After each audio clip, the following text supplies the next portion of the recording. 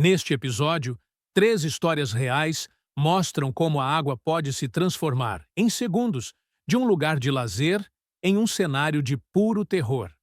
Prepare-se para mergulhar em casos onde a natureza cobrou seu preço de forma brutal. Número 1. O encontro fatal, no Swan River. O dia era 4 de fevereiro de 2023, um daqueles dias de verão australiano em que o ar parece vibrar de tanto calor. Em North Fremantle, uma região conhecida por seus cenários tranquilos e pela proximidade com o Oceano Índico, os moradores buscavam maneiras de suportar a temperatura escaldante que fazia o asfalto brilhar. Entre eles estava Stella Barry, uma jovem de apenas 16 anos, cheia de energia e com a típica vontade de aproveitar cada minuto das férias de verão. Assim como tantos outros adolescentes que tentavam escapar do calor sufocante que pairava sobre a cidade, Stella e os amigos decidiram que aquele seria um dia perfeito para se refrescar no rio Swan. A escolha era quase automática. O rio era um refúgio conhecido, cercado por vegetação, com águas geralmente calmas e sem o tumulto das praias lotadas da costa oeste. Para os jovens da região, o Swan era praticamente um quintal aberto, onde podiam nadar, conversar, relaxar e simplesmente ser jovens. O rio fazia parte da rotina da comunidade. Ele percorria Perth como uma faixa azul suave, que conectava bairros, pontes e parques, antes de finalmente encontrar o mar. Aquele ponto específico onde o grupo costumava se reunir era marcado por água tranquila, pouca correnteza e uma vista convidativa que transmitia a ilusão de segurança absoluta. Quando chegaram, o calor parecia derreter tudo ao redor, mas a água oferecia um alívio maravilhoso. O grupo pulou, riu, brincou, mergulhou e aproveitou cada instante, flutuando no rio claro, enquanto o sol refletia na superfície como uma manta brilhante. Era um cenário perfeito, um daqueles momentos que parecem intocáveis, onde nada de ruim poderia acontecer. Por volta das 15h30, o grupo estava descansando às margens, quando algo chamou a atenção de Stella. Uma espécie de brilho cinzento cortou a água como um feixe em movimento rápido. Ela se ergueu, ajeitou o cabelo molhado e observou mais atentamente. Em questão de segundos, surgiu um espetáculo que sempre encantava quem estivesse por perto. Um grupo de golfinhos, deslizando com sincronia e graça. Os golfinhos eram visitantes relativamente comuns no Swan River, mas não importava quantas vezes aparecessem, era sempre mágico. Eles surgiam como se fossem bailarinos do mar, emergindo e submergindo em padrões perfeitos, chamando a atenção de todos. É claro que Stella ficou completamente fascinada. A presença deles parecia transformar o dia bom em um dia extraordinário. E foi então que ela tomou a decisão que mudaria tudo. Movida por empolgação, curiosidade e pela pura alegria típica da adolescência, Stella entrou na água sem hesitar, decidida a se aproximar dos animais. Ela remou com calma, depois mais rápido, com um sorriso estampado no rosto. Não havia medo, apenas encantamento. Mas enquanto ela nadava em direção aos golfinhos, não percebia que algo mais se movia na água. Algo grande, silencioso e muito mais perigoso. O que Stella não sabia era que os golfinhos não estavam sozinhos. Nas profundezas escuras do Swan River, um tubarão-touro seguia o grupo. Os tubarões-touro são criaturas únicas do ponto de vista biológico. Eles possuem adaptações que lhes permitem sobreviver tanto em água salgada quanto em água doce, algo extremamente raro entre os tubarões. Seu corpo consegue regular a quantidade de sal no sangue por meio de mecanismos renais especializados, tornando-os capazes de subir rios e ocupar áreas em que o ser humano jamais esperaria encontrar um predador desse porte. Essa habilidade faz do tubarão-touro um dos poucos tubarões com potencial real de atacar humanos em ambientes aparentemente seguros. Não é um animal que depende exclusivamente do oceano. Ele se adapta, circula e caça em águas turvas, rasas e até em locais próximos a centros urbanos. Naquele dia, um deles havia seguido os golfinhos rio acima, talvez atraído pelo movimento, talvez pelo cheiro de peixes, talvez simplesmente pelo instinto predatório que guia tubarões há milhões de anos. O que importa é que ele estava lá, e estava perto. A superfície da água parecia tranquila, mas abaixo dela, o predador fazia movimentos lentos e calculados. Stella, completamente alheia à presença do tubarão, continuava encantada com os golfinhos quando tudo mudou em frações de segundo. O tubarão atacou com força brutal.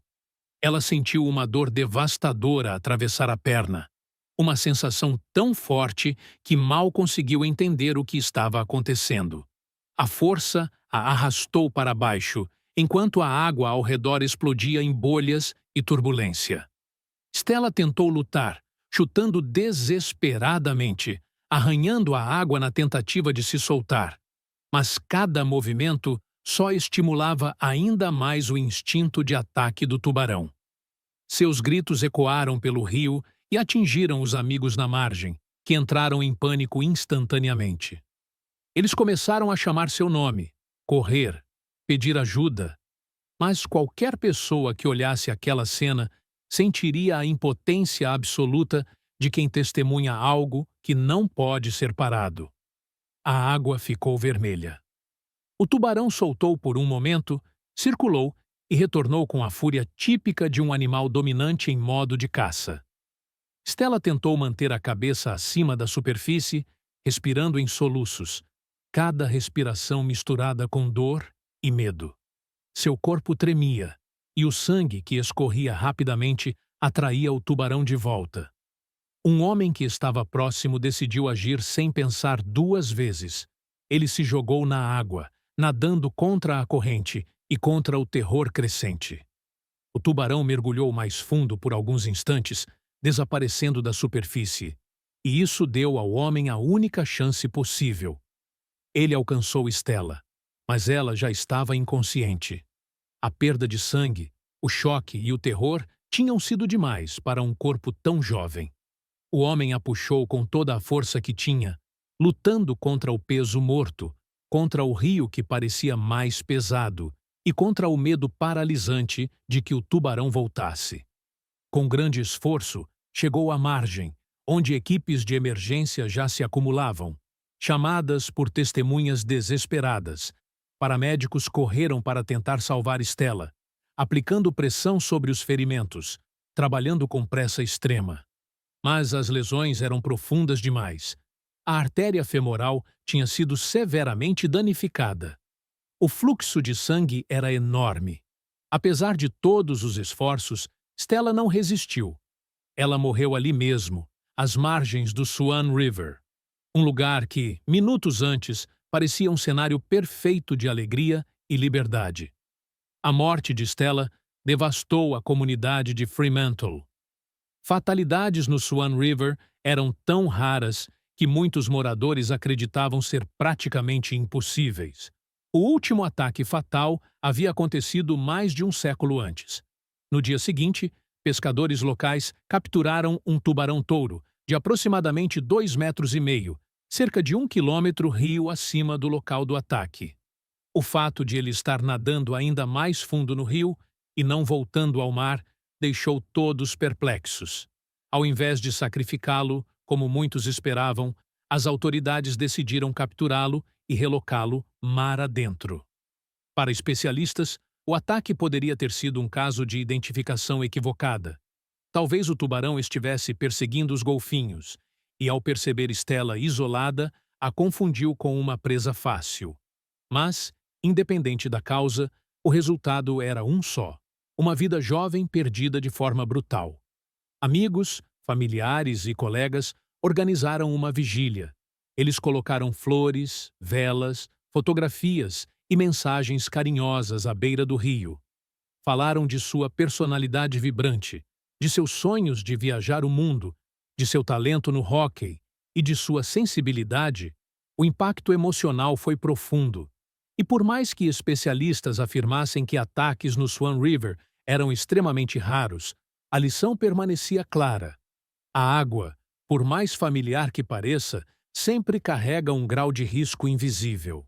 Número 2. O desastre no penhasco de Dover Heights. O ano era 1967 e Sydney vivia um outono típico, com clima mais fresco e neblinas ocasionais vindas do Oceano Pacífico. Um grupo de 4 pessoas, 3 adultos e uma criança, decidiu fazer um passeio simples pela costa.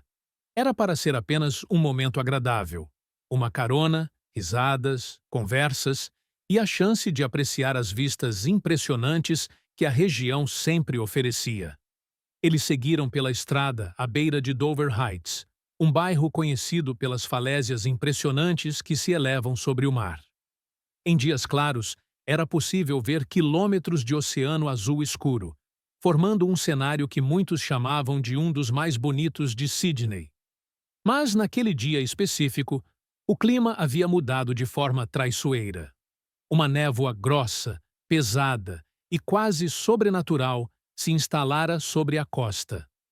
Era o tipo de neblina que transforma caminhos familiares em lugares desconhecidos e perigosos. Mesmo assim, o grupo seguiu viagem. O motorista conduzia com cautela, mas a visibilidade era tão baixa que mal dava para enxergar alguns poucos metros à frente. A estrada sinuosa parecia ainda mais estreita. O precipício ao lado, embora invisível, continuava lá. Dentro do carro, no entanto, o clima ainda era leve, até que a criança no banco traseiro deixou um objeto cair. Sem conseguir pegar, começou a chorar, chamando a atenção de todos. Tentando acalmar o menino, o motorista fez o que qualquer adulto poderia fazer por reflexo. Virou o corpo para trás enquanto o carro continuava em movimento. Ele esticou o braço, tentando alcançar o objeto no chão, que parecia escorregar mais para baixo quanto mais ele tentava agarrá-lo. Foram segundos, apenas segundos, mas foram os segundos necessários para que a tragédia fosse selada. Quando o motorista voltou os olhos para a estrada, percebeu que o carro havia se desviado demais para a esquerda. Ele tentou girar o volante para corrigir, mas já não havia tempo. O pneu raspou no limite da pista. O veículo derrapou, atravessou a frágil barreira de proteção de metal e voou para o vazio. O carro não caiu imediatamente no mar. Primeiro, bateu violentamente em rochedos pontiagudos que se projetavam da falésia. O impacto foi tão forte que o veículo quase ficou empalado, preso de maneira inclinada, praticamente na vertical, agarrado às pedras por um milagre momentâneo. O choque arremessou a passageira da frente contra o para-brisa com força suficiente para quebrá-lo por completo. Seu corpo foi lançado para fora do carro, caindo cerca de 30 metros em queda livre, até atingir a água com impacto devastador. Mesmo se ainda estivesse viva durante a queda, o que já seria improvável, não teria chance alguma. O corpo afundou por alguns segundos antes de emergir sem movimento. Mas o mar estava longe de ser pacífico. Em instantes, sombras afiadas começaram a se agitar por baixo da superfície tubarões. Muitos tubarões. A queda do corpo e o sangue liberado na água agiram como um chamado predatório instantâneo. 14 tubarões cercaram a vítima. O ataque foi rápido, caótico e aterrorizante.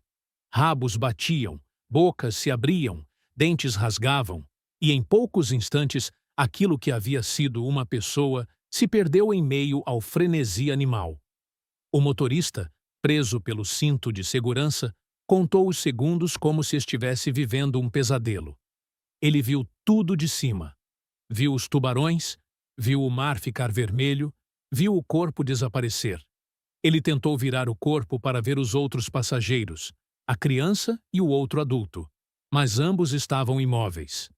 Era impossível saber se estavam inconscientes ou mortos. O único fato certo era que o carro, preso precariamente às rochas, balançava a cada respiração, como se a qualquer momento estivesse prestes a despencar. O motorista tinha um corte profundo na testa. O sangue escorria pelos olhos, ardendo, turvando sua visão.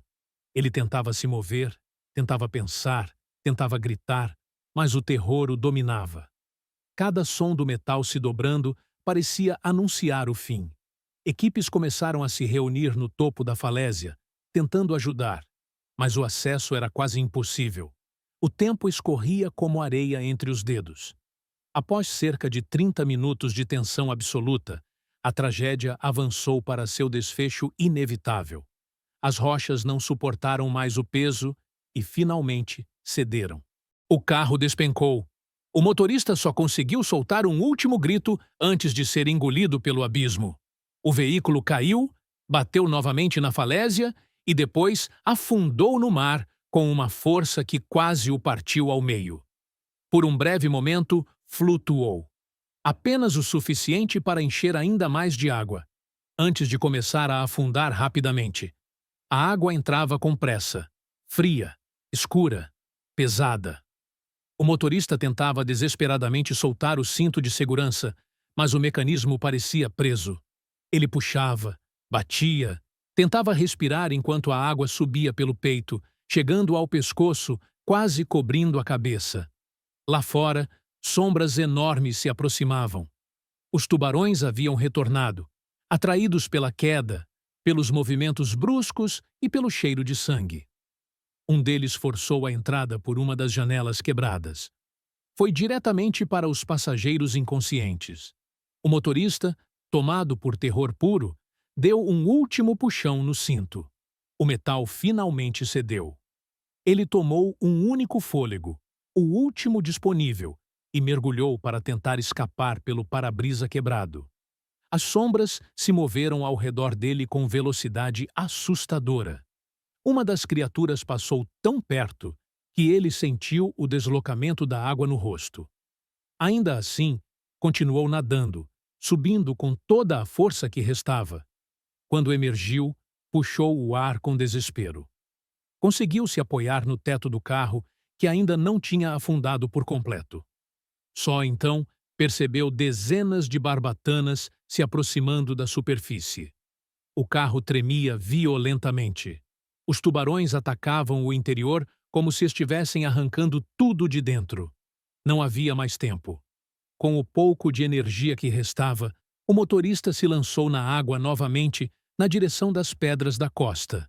Era uma distância curta, mas parecia infinita.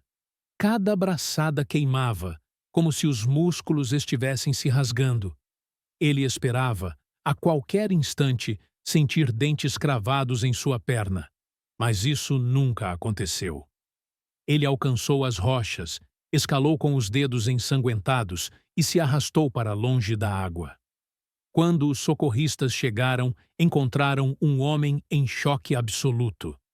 Ele tinha ferimentos profundos, estava sem forças e mal conseguia falar. Mas estava vivo. Era o único sobrevivente. Os demais ocupantes do carro, inclusive a criança, não resistiram. Anos depois, especialistas sugeririam que os responsáveis pelo ataque poderiam ter sido tubarões-touro, conhecidos, em situações específicas, por atacar em grupo. O recado daquele dia ficou marcado para sempre. No oceano, nós não somos predadores, somos vulneráveis. Número 3. A caçada em Nahum Reef. O mês era julho de 1994. E embora fosse pleno inverno no hemisfério sul, a costa da África do Sul estava mais viva e movimentada do que nunca. Todos os anos, durante aquela época, grandes cardumes migratórios percorriam a região, trazendo consigo focas em busca de alimento, e logo atrás delas, baleias francas austrais e jubartes que seguiam seu próprio caminho sazonal. Era um espetáculo natural imponente, desses que mudam totalmente a dinâmica do mar.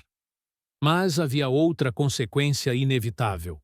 Os predadores topos de cadeia chegavam também tubarões brancos, atraídos pela abundância de comida, aproximavam-se cada vez mais da costa, muito mais do que banhistas e surfistas imaginavam. Ainda assim, nada fugia do normal para quem vivia ali. Surfistas experientes estavam acostumados com a presença distante de tubarões. Era quase uma regra silenciosa da região.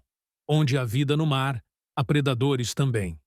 Foi nesse cenário, aparentemente comum, que dois amigos, Bruce Corby e Andrew Carter, decidiram encarar as ondas da lendária Nahum Reef. Era sábado, 9 de julho de 1994, quando os dois amigos chegaram com suas pranchas ao lado do carro. A cena que se estendia à frente deles parecia saída de um cartão postal. Céu claro, sol de inverno estrelando o mar e ondas longas e perfeitas se formando com espaçamento ideal. Nahum Reef, localizada no Cabo Oriental, já era conhecida por sediar competições internacionais e por suas ondas compridas, fortes e desafiadoras. Bruce e Andrew surfavam ali desde jovens, sabiam ler o mar, entendiam as correntes, reconheciam cada rocha do Recife submerso. Eles observaram alguns surfistas já na água, cortando as ondas com naturalidade. As ondulações chegavam a quase 2 metros de altura, formando paredes de água que ofereciam linhas ideais para manobras longas. A brisa estava suave, o sol aquecia o rosto e o ar tinha a leveza típica das manhãs de inverno sul-africanas. Amarraram as tornozeleiras nas pranchas, pisaram no mar e começaram a remar com força ritmada. Seguiram até pouco além da arrebentação, cerca de 18 metros mar adentro, onde a profundidade variava de aproximadamente 2 até quase 4 metros, devido à formação do Recife. Mal sabiam que, enquanto surfavam despreocupados, um tubarão gigantesco já monitorava seus movimentos sob a superfície turva. Após quase meia hora surfando, Andrew sentiu algo que nenhum surfista deseja sentir. Uma batida poderosa e repentina vinda de trás, como se um carro tivesse colidido contra ele dentro da água. Antes de conseguir virar o corpo, já sabia o que acontecia. Seu corpo reconheceu o impacto antes da mente. Quando finalmente olhou, viu a cena que congelaria qualquer pessoa no planeta. Um enorme tubarão branco, com aproximadamente 3,5 metros de comprimento, emergia com a boca aberta, direcionada exatamente para ele. Não houve tempo para reação. A mandíbula se fechou ao redor de sua perna com brutalidade esmagadora. O som do impacto reverberou pela água como um estalo seco, e a sensação foi semelhante a ter ossos triturados sob pressão absurda. A carne foi rasgada em questão de segundos. A dor veio em ondas avassaladoras.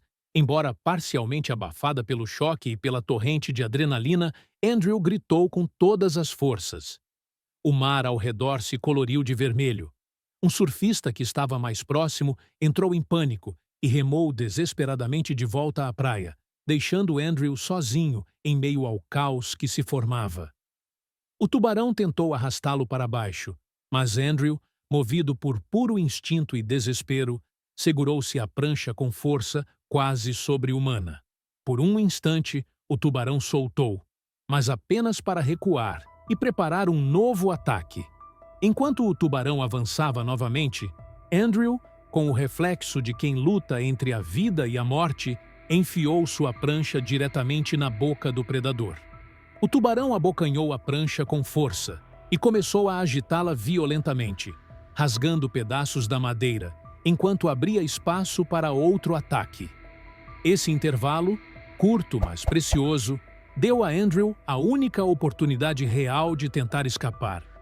Mesmo sangrando intensamente, com a perna praticamente pendurada por tiras de carne, ele começou a nadar e remar com toda a força, mas a praia parecia quilômetros distante. Ao olhar rapidamente para trás, percebeu que o tubarão havia desaparecido de vista. Para qualquer outra pessoa, isso poderia parecer um alívio, mas para um surfista experiente, significava a pior coisa possível. O tubarão estava circulando e preparando o próximo ataque. Tomado pelo pânico, Andrew voltou para a prancha John Bourne, outro surfista, que havia testemunhado parte da cena horrenda, remou imediatamente até Andrew. Mesmo cercado por água tingida de vermelho, ele ignorou o instinto de fugir e se aproximou para ajudar. Enquanto se aproximava, John viu algo que poderia mudar tudo: uma onda se formando atrás deles, crescendo e se preparando para quebrar. Era a chance. Ele gritou para Andrew, com voz carregada de urgência: "Pega essa onda! Agora!" Milagrosamente, a onda, com quase 2 metros de altura, ergueu Andrew como se estivesse segurando sua vida pelas costas. A prancha deslizou pela parede de água, carregando-o rumo à margem com uma velocidade que ele jamais conseguiria alcançar nadando. Durante todo o trajeto, Andrew lutava para não desmaiar. Sua perna pendia por tiras de pele. Cada gota de sangue que deixava seu corpo parecia levar uma parte de sua consciência junto. Mas ele continuou, e quando finalmente chegou à areia, caiu e rolou para longe da água, gritando de dor tão intensa que sua voz arranhou o ar. 2 jovens que estavam tomando sol correram até ele. Sem pensar 2 vezes, pegaram uma das próprias blusas e improvisaram um torniquete para tentar estancar o sangue que jorrava incessantemente. Andrew mal conseguia manter os olhos abertos.